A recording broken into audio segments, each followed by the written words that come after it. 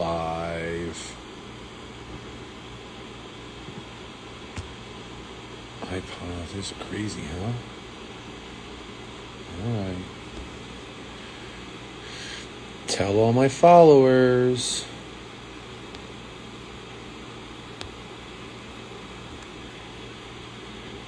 Andy. Where you at, pal? Hey, there we go. What's up? I don't know where Andy is.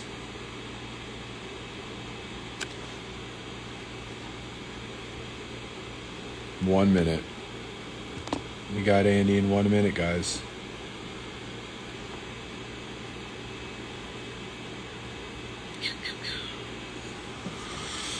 What's up, Dave?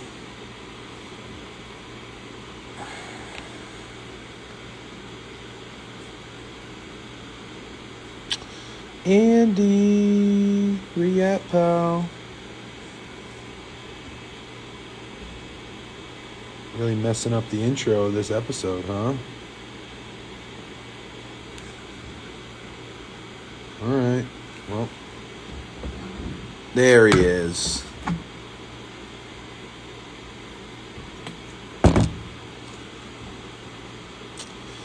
Hi, Andy.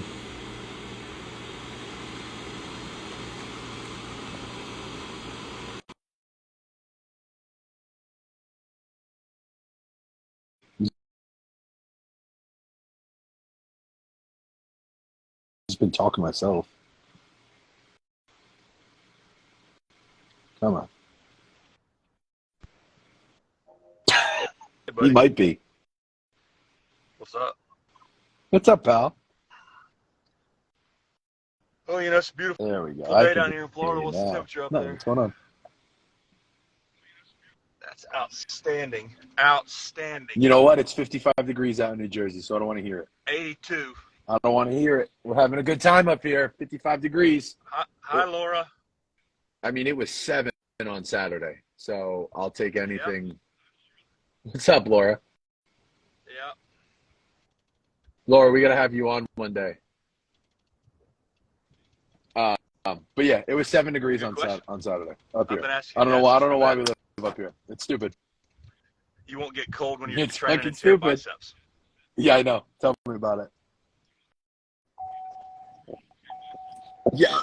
You know what? I don't even know if that was it, but yeah, we'll blame the weather. It's fine. Drew. Yeah. What up, Drew? All right.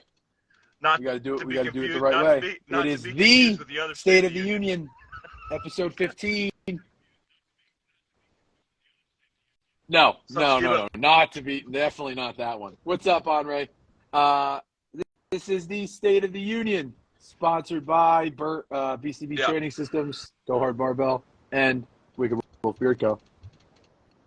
I'm Chris Della. That's Andy Polk. We're not going anywhere, so you better get used to us, boys and girls. How you doing? Dude, deal with it. Squats like the best they've had. Well, picks are good. If you can pick it, you can squat it. That's how it works. A good bit at the top. I don't know. It was a little under 7, but it was in the sevens, high sixes. Yeah, just over 9 at the top, 9:35. All right. I mean, I don't know. Yeah. What else you want? I mean, that was in brief, yeah. I made my decision about a week ago that I was going to try and leave the gym feeling okay for like a month and see if I can get this psoas under control, and it's better. Yeah. It's better. Yeah. I mean, clearly, if you're able to squat, it's got to be better in general, right? So I'm not doing everything out so wide, and I'm not getting that unsupported work. So trying to makes sense. I mean, if I were you, I'd throw briefs on probably a set or two early to begin with. Crazy. David, I got the shirt. Okay, Thank you. It's too hot to wear here. All right, so yeah, I mean, as soon as we get a cold that's snap, I'll have it on, David. The hoodie. He asked me if I got a hoodie you sent. It's a great one. We're going to get you one so we can announce him as a sponsor of the show. Oh, which one? Thanks. Hey, that's listen, how it works. You just got to send him some stuff. He's got to send us some stuff. I think, that's fine. State of the Union apparel. State of the Union on the front. Be better, do better. Probably. It's probably necessary. What do you need? Be better, do better on the back. I mean, what else would you really put on the back? I can't. What else do you need? Just do better. Yeah. I got one. All right. More. You got we any had questions? the one we lost last week. What was the one you lost that we didn't get to last week? It was about. Oh man.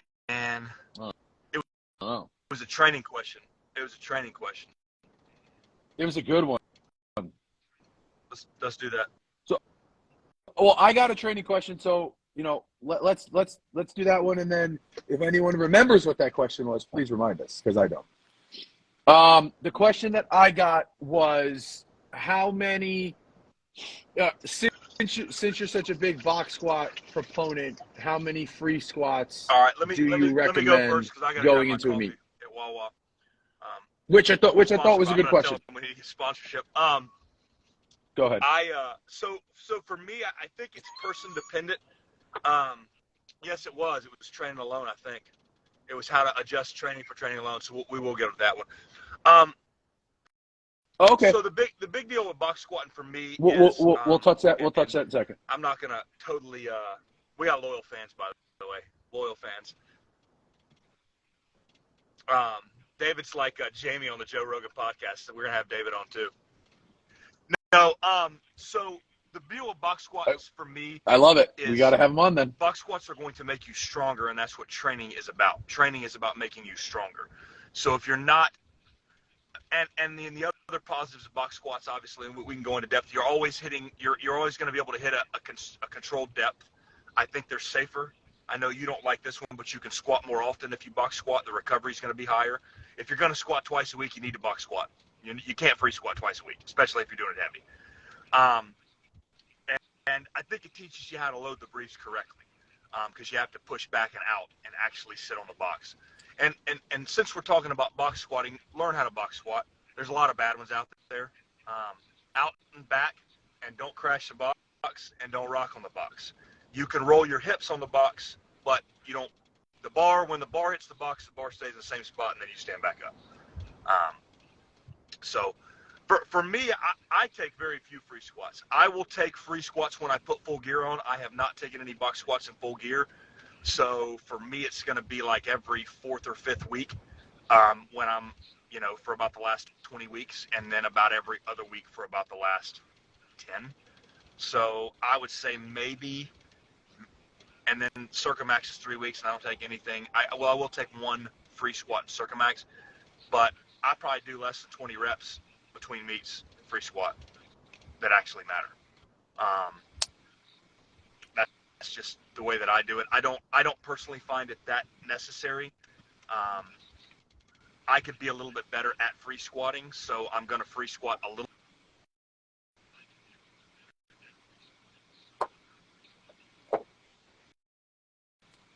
Oh, gotcha. A little bit better free squatter, so I think I'm going to free squat a little bit more going into this meet than I have before. But if you're box squatting correctly, I don't think you need to free squat all. Those guys at Westside, I mean, for years they would only free squat at the meets. I mean, they take their Circumax. They might take their opener, but other than that, they didn't free squat a ton.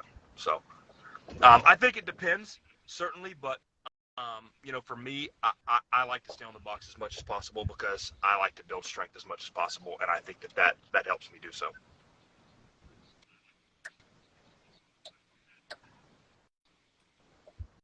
Cool.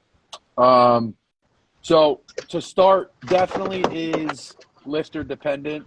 I think it's also technique dependent and experience dependent. I guess Andy's getting coffee. All right, so I'll just talk. That's fine. I like that. And what I mean by that is if you are brand new to gear, I do not think that box squatting alone is going to help you get used to the gear. But with that being said, you have to be a good box squatter if you want to be a good free squatter in gear. That's my opinion. And I know that there will be some people that may disagree.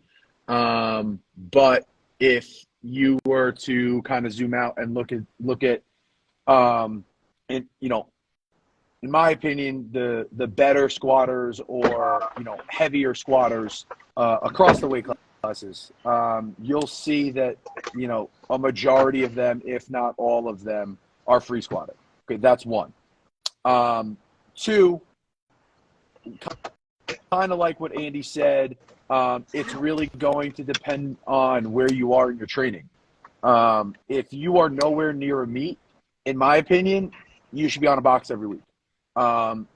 As the meet gets closer, maybe you want to start rotating in maybe one free squat a cycle, in a 4-week wave. You can do that. But again, I think that's really only going to be needed if you're someone who needs the practice free squat.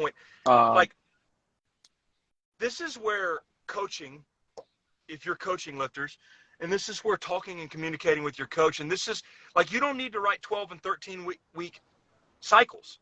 If you free squat and you're 6 weeks out and your free squat feels like shit, then you probably need to free squat more the last 6 weeks.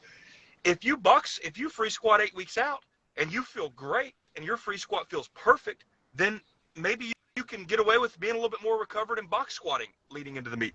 And communicate that with your coach and just go like, I bounce things off Chris, I bounce things off Leah, I bounce things off my training partners, and I go, my free squat feels terrible. I'm going to hop back in my suit next week. I'm going to pull next week, but instead of, working up to my pull, I'm just going to hit maybe a 7 or an 8 off of a box or off a free squat. You know what I mean? Just to kind of grease that groove. Because that's something that I think is important, but people get way too caught up, I think, in just going like writing shit down 13, 14 weeks out and then just following it every week blindly without taking into consideration what's going on, what they feel, and listening to their body and communicating with their coach.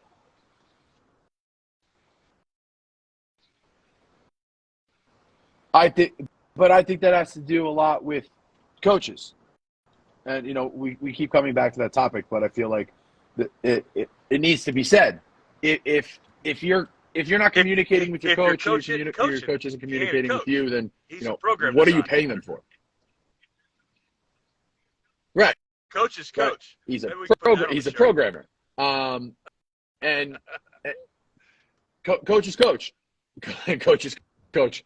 But the other thing is too, with something that comes with coaching is an eye. It's having an eye, right? Is looking at. I feel terrible. Yes, 100%. I put my suit on.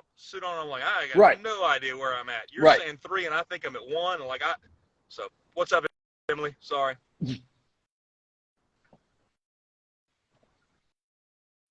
But just having that eye to look at someone's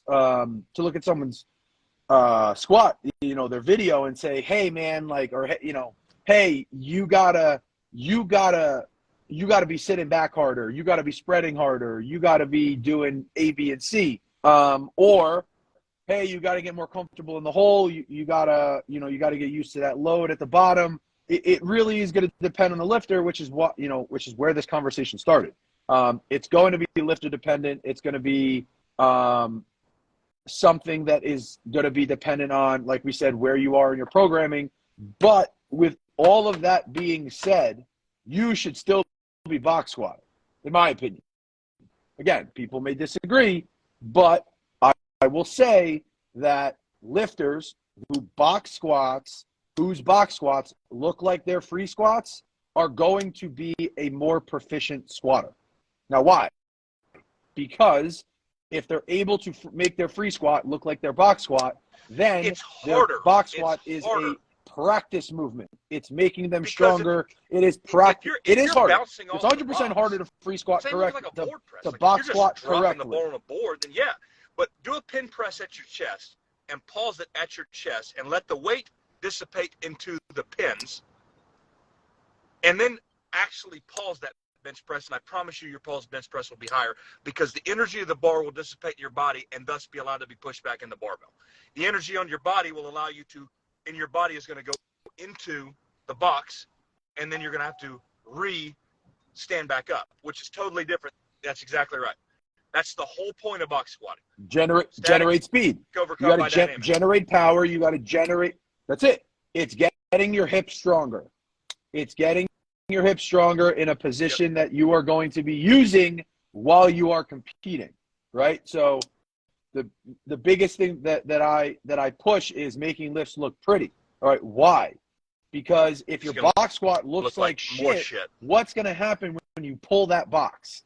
I can promise you, if your box squat looks like shit, your free squat's going to look worse. I promise you that. You can mark my words on that. If you want your free squat to get better, you will make your box squat look pretty. That bash box squatting, you make your life a lot easier if you teach your clients how to box squat properly, and it's a hell of a lot easier teaching somebody how to box squat properly than it is to teach them how to free squat properly. And that's a thing that I don't understand. Like, you bash box squatting, but then you want to talk about depth. But if you set the box squat up at the proper depth, then you got no issues. You bash box squatting, and that's no issue. That's not an issue, right? You can't get people to do these different things that you want them to do. It's going to make things 100,000,000% easier on them if you'll just let them box squat. It's just way easier. But the problem is those people who are so anti box squatting cannot box squat. Sorry, there's very few people who are very, very anti box squatting that can load up a safety bar, put some bands on it, and box squat. Those of you people that talk about conjugate not being specific, whether it be box squatting or squatting with different bars, or using AR, or board pressing, okay? If you're that worried about specificity, then why aren't you doing singles? Because there's nothing more specific than singles, because you only do one rep. So for those of you guys that bash conjugate because we box squat or because we do those different things, why are you doing sets of 8? Because sets of 8 don't always end up, they can at certain points in your cycle, but I've never been able to equivalate a double into a heavy single. I've never been able to equivalate a triple into a heavy single. I used to like to mess around and double my opener when I benched raw, because I felt like that would give me confidence, but I didn't feel like it built my bench. So if you're talking about conjugate lacking specificity, then you better be straight bar, free squatting, 2 depth, 4 singles every week. If not, you're doing the same thing we're doing. But the only thing that we're doing is we're not doing the same movement pattern every week.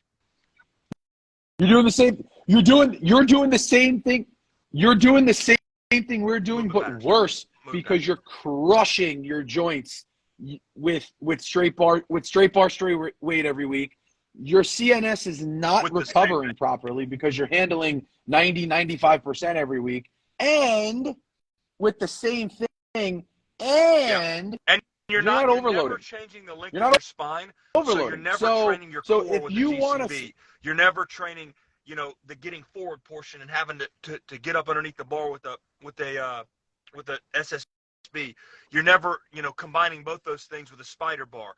You're never keeping the bar higher with a bow bar, and those different things that they help you at different parts of the squat. And that's a good point, Emily. But what I would say to that is, she said, do you think the deal with the people who don't like box squatting is the ego part of it? I would say that if you're box squatting correctly, you're going to box squat less than you free squat. 100%. If you box squat correctly. So it's not an ego thing. You're just not box squatting correctly. Yes. Which brings us back to point 2. Yeah.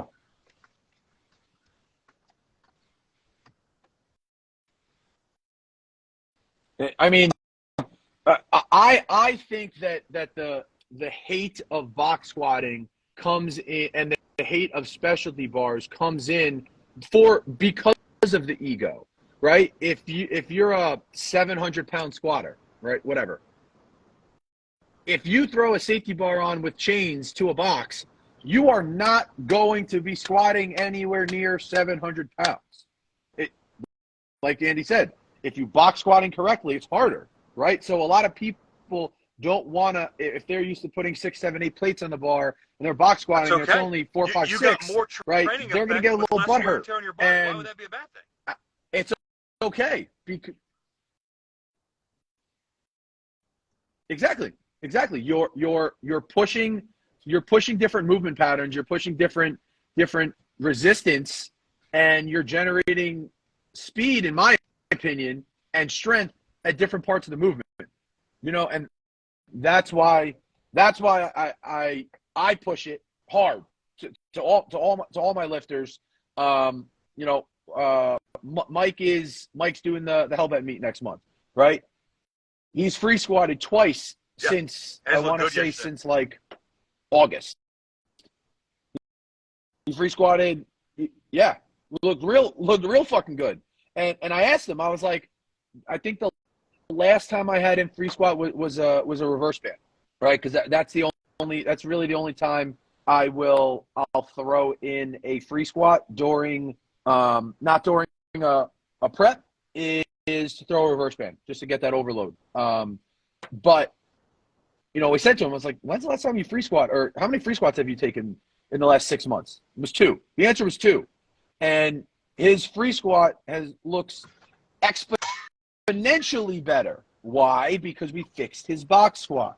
If you fix your box squat, there's going to be a carryover and let me tell to you your squat and box squat. Ladies and gentlemen, you're going to be strengthening the muscles that are required for your squat to look pretty and work correctly.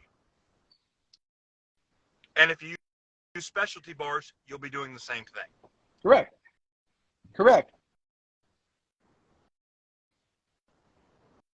Yeah, there's a reason. There's a reason why. And I don't want to bash people.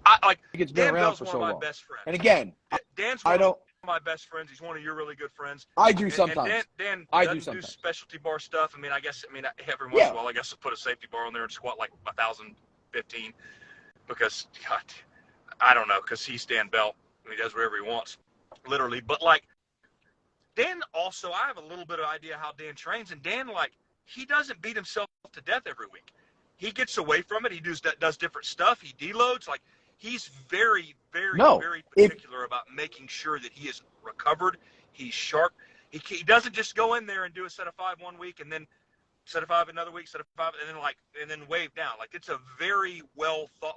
If you follow his Instagram, you'll think he's not a habitual poster, but he is very, very, very, very smart and very calculated and systematic about the way that he sets stuff up. And it's not like most raw boys do. And that's because he likes to have the straight bar. He likes to do the main movements. So he does it a very specific way, and he's very particular about making sure that he's consistently recovered and all that stuff. And that's really, really hard to do. And it's taken him he's a master at it. But that kind of speaks along with programming and coaching, because he started the way he trains now is because he's trained the Little Bridges, right? Okay, they have a good idea of what they're doing. However, Dan's still doing what he's doing at a very high level because he deviated and changed a little bit so that he's not bashing his body week in and week out. That he goes through that he's never done before. He's out there. It's just he's always changing stuff up. You know what I mean? Things that he has to do to get his body ready to compete and stuff like that. And it's really impressive. And he's done it for an incredibly long time because he's very. I think people miss that about Dan, and maybe I'm wrong. Maybe I don't talk to a lot of raw boys, but I think people miss how calculated, how intelligent, how systematic he is about stuff like that, and how impressive he is with what he's capable of doing.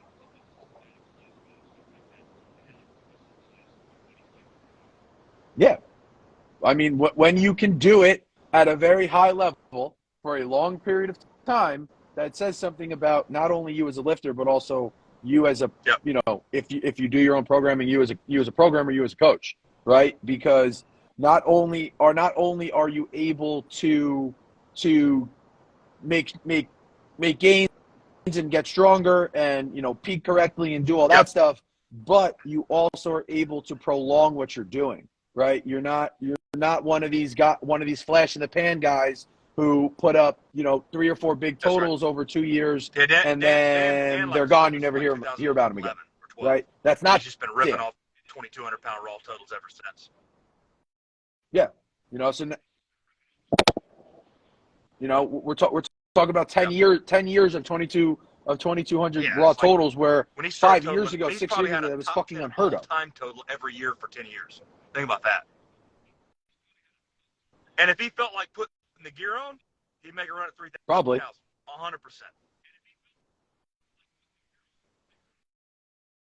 If he figured the shirt out, he figured the shirt out, he'd easily go if he close to 13, put the gear on, if not bigger, 8, 9. That's 3,000. And he does, in 2 of those numbers he does raw. I mean, yeah. I watched him stand up with 1,100 in briefs only, and it looked like an empty barbell.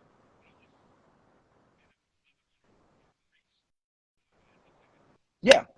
11-11. Right? 11, I mean, when he can squat 11 raw, you throw briefs on, and you easily. It's not hard to believe that he can't get 200 pounds out of his 200 pounds out of his suit. It really. It's a bad man. But him and I have had that conversation. I'm like, you just stay the fuck over there, bud. Stay over there. I don't need you doing anything before I do it. About so who's the stay next over guy there. to total 3,000. I was going to tag you in it, but I was like, I don't put undue pressure on the guy. It's like Chris Della in a band shirt. He's next.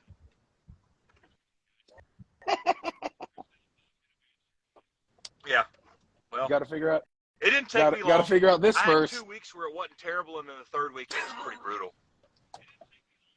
But I pulled last Thursday, and it was like it hurt. The week was the last week or the first week? Wrap them and kind of give them a week, and then I'm gonna wrap them in a athletic tape, and then pull this week, and then kind of I got to build some more tolerance. Well, when I did that that night of the living dead meet, like deadlift meet all those years ago, I don't remember the guy's name, but there were a couple, bigger hook grip pullers at the time. Yeah. And well, I think what they do all their warm up shit was strapped. I mean, you're not straps. I would never do that. Right, which over under makes sense. You don't warm your bicep tendon up, and that you just rip it right off the bone. But I could definitely see them doing that. The only problem with straps for me is it totally messes up my rhythm. Right. Exactly. Yeah. My rhythm. Because I'm such a rhythm puller. It messes up my setup. Out down at the bottom. Like, what am I supposed to do now? Like, that's not good. Yeah. But. Right.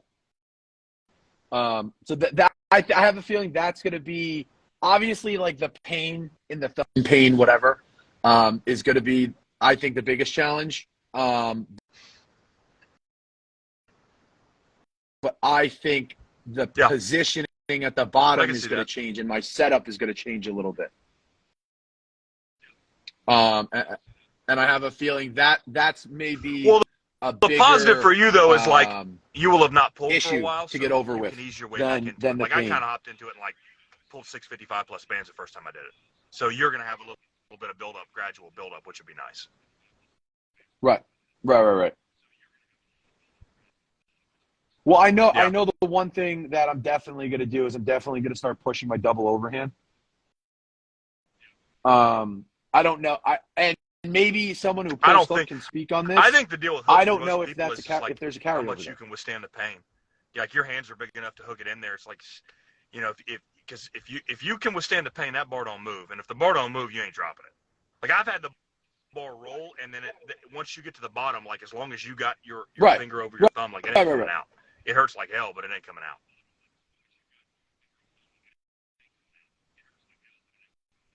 It's good. It's definitely it's definitely going to be a challenge. I've pulled hook before, like just fucking around, and it's not fun at all. But you'll be all right, man. Yeah, I can imagine. I mean, you deal with way more pain. So it doesn't hurt any more than $1,000 I can tell you that. I'm interested. Yeah. Yeah. All right. Well, it only hurts in one spot. We've had some more than that, so you can't feel it. You can't feel it in your soul. That's good. Squat. I mean, squat. I had a Oh, thousand. you I had a thousand can feel five 11, once, and 16 in your soul. I I still promise know you what it that. feels like. We are awake now. Yeah, we are awake, right? And that's what a big, in my opinion, one of the bigger, not differences, but real deciding factors between raw lifters and equipped lifters is if you're an 800-pound raw squatter, which is huge, right? Like that's a big raw squat. An 800-pound raw squat is nowhere near No. 1,000-pound. No. But 800 is nowhere close to 1,000. Is what I'm trying to say. And there's not very many raw lifters who will ever put 1,000 pounds on their back.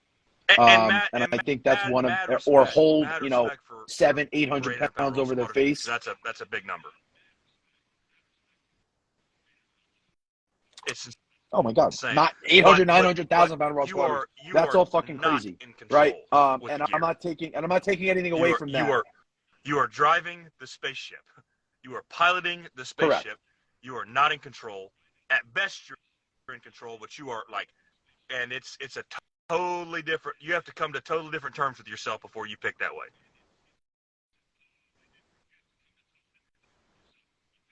Yeah, and I think that was something that when my squat really made like a jump was one of the bigger things. Like you have to mentally realize what you're doing. 100%. In my opinion, at least, because one. I mean, Grant, and I'm again not taking anything away from raw lifters, right? But 1,000 pounds is 1,000 fucking pounds, and I think that's where there's some disconnect there, because and to go along with that post from Donnie, right? It was who's going to be the next person to total, and then you have like just some just people just spitting out random names, like a 3,000 pound total is just going to come out of nowhere, it's just gonna someone's just gonna pop out of thin air and total 3K. Like you and Merck if he can get healthy, and Bob. You and Bob. Right. Right now, yeah. People were saying. Granted, there may be some raw lifters who 1,200, and he could squat 1,000. He's still got to pull 8 though. You know what I mean? Right. That's about right. And so and you, I mean, it's even like when you got to bench 12 Jimmy, like, after 1,000 pound squat. Man, but you still got to pull 7 or 8, and like Jimmy's not built to pull. Like let me just say this before you guys who love Jimmy, I got nothing but respect for Jimmy. He's a super nice guy. He's an incredible lifter. And I would never count him out for anything because the dude benched 1350 the other day. So whatever he wants to do, I'm sure he can figure out a way to do it because he obviously knows how to get strong. But I mean, you're the only one, and Bob's the only one that I had seen. Like I've seen Bob bench 1,000 in a banter. I've seen Bob squat. I think Bob can squat 1,200. I think if he had to, he could pull 8. I think if they was on the ground for 3,000, I think he could do it if he's healthy. Same thing with you. It's like I don't think there's any question that 1,200 is in the cards for you on squat. You should be able to squat. You should be able to bench in the mid 9s, and that puts your pull around 850. And if you can't pull 850 for 3,000, then you're an asshole. Okay, so I mean that's like what I look at it. Like I'm not gonna just guess a guy that's exactly 2,600, 2,700. Like you've totaled in the mid 28s in band shirt and not had your best day. So I mean I think it's there for you. So. Right. Yeah, it's just and what people don't realize is if you're going to go 3K, it's got to be a damn near perfect day, right? That's what makes it even crazier how good Hop is because he just does it whenever he feels like it. Right. So, 6 right. or 7. He's got what 7, 6, 3,000 pound totals. Something crazy, and a 31. So it's not something that's going to happen every day. He totaled but 29 on like 13 or 14. It's going to happen. So. Right. Exactly. All right, dog. Let's get rolling. Right. We'll answer the training alone question next week. We'll be back at our regular time next week. All right. We'll definitely answer that next week, boys and girls. We will be back at our regular scheduled program next week at 7:30. Get your questions in over the course of the week. We'll take questions all week, but we'll still post that up. If anyone wants to throw those up there, and we'll talk soon, boys and girls. Huh? Sponsored by Go Hard Barbell, the Go Hard Barbell, Thank you, guys. BCB Training Systems, and Love you, Wolf pal. Beard Co. Till next week.